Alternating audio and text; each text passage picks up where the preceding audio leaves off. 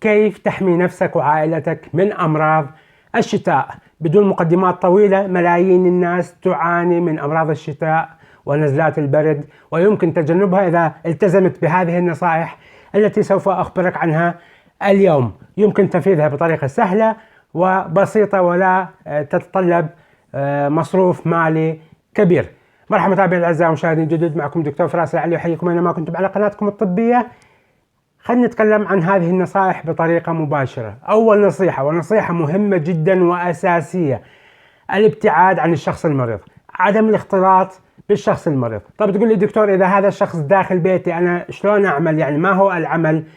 حاول انك تعزله بغرفته قدر الامكان، يعني انه يكون في بداية المرض. إذا إحنا نتكلم عن الإنفلونزا ونزلات البرد وهذه الأمور كلها، قدر الإمكان يبقى بغرفته، يعني ما يخالط بقية أعضاء الأسرة لكي لا ينقل لهم المرض بطريقة أقوى ومركزة، وما ينشر هذه يعني العدوى في البيت.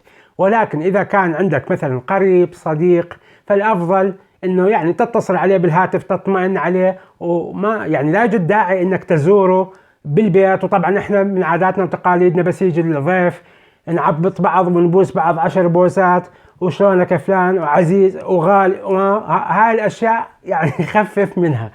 هذا شيء جيد وجميل يعني، ولكن اذا انت مريض اقعد ببيتك. وللاسف يوجد نوع خبيث قليل من الناس ولكن موجودين، انه بس يمرض يصير يسوي جولات مكوكية على اقاربه واصدقائه.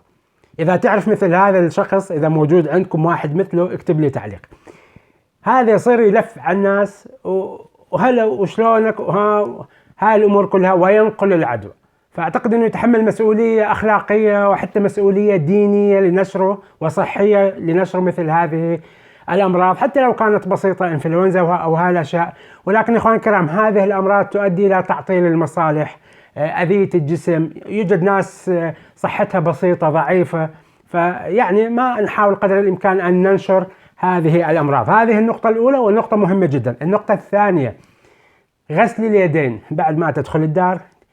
تيجي من الشارع، من عملك، من اي مكان، تغسل ايديك بشكل جيد لكي لا تنقل الجراثيم والميكروبات، ولا عند لمسك لعينيك وجسدك وبالبيت وتسوي اكل.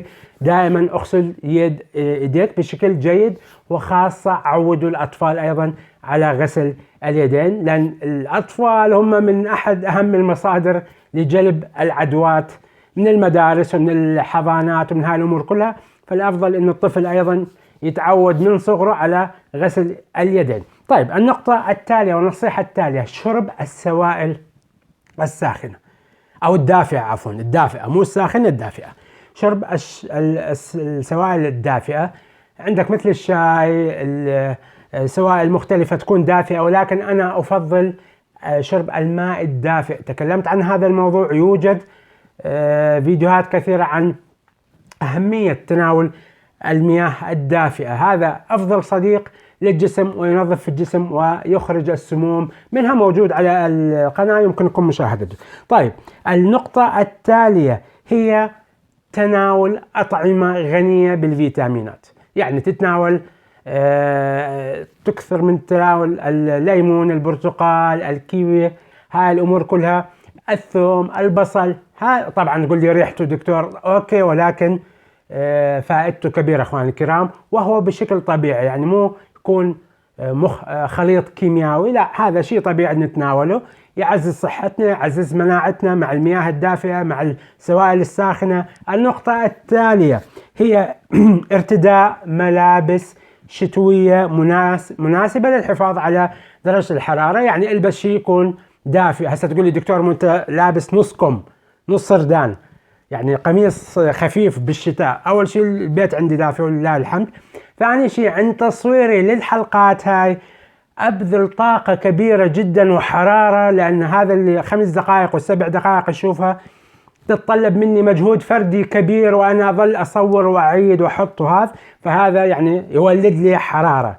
ولذلك انا بس اطلع من البيت البس بكمية، يعني ملابس بكمية كافية. فهذا الشيء خاصة عند خروجك خارج المنزل، البس شيء دافي يكون، وخاصة اخواننا في اوروبا. احنا نتكلم ايضا بخاصية عن المغتربين العرب في أوروبا، في أمريكا، المغتربين العرب في ألمانيا الجو متقلب عندنا. طبعا الآن الجو مو بارد بشكل كبير، احنا ما نتكلم عن ناقص 20 وناقص 25 وهاي لا، ولكن الجو متقلب، لذلك يجب لبس اللباس المناسب. تهوية المنزل نقطة مهمة جدا، حتى مو بس بالشتاء وبالصيف، المنزل يجب أن تظل تهويه، ما تحصر حالك بالغرف وبالبيت وتشعل الصوبة والمدفأة وتسكر الشبابيك وتسكر الدنيا ويجوك ضيوف و50 واحد قاعدين وهذا يقحقح وهذا يعطس وينشر افتح الباب، البيبان، اطلع من الغرفة وهوي الغرفة.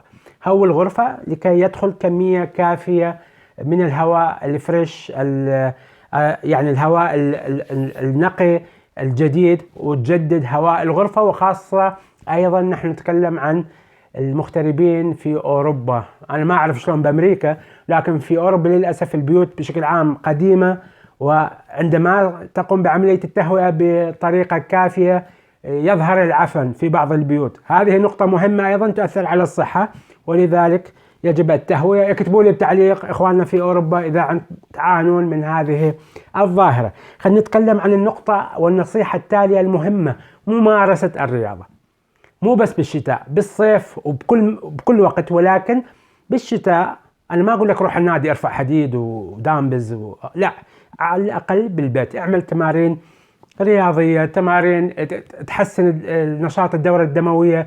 يوجد على القناة كمية هائلة من المعلومات المفيدة والتجارب التي أقوم بها على نفسي وأقاسمها لكي تصل المعلومة الطبية الصادقة والصحيحة. لذلك اشترك بالقناة وفعل الجرس ووضع اللايك الجميل، وانشر جميع هذه الفيديوهات لكي تصل للناس البسطاء اللي ما عندهم إمكانية مالية لتسمع أو تأخذ النصيحة أو الاستشارة الصادقة. أحبكم بالله، وإلى الحلقة القادمة.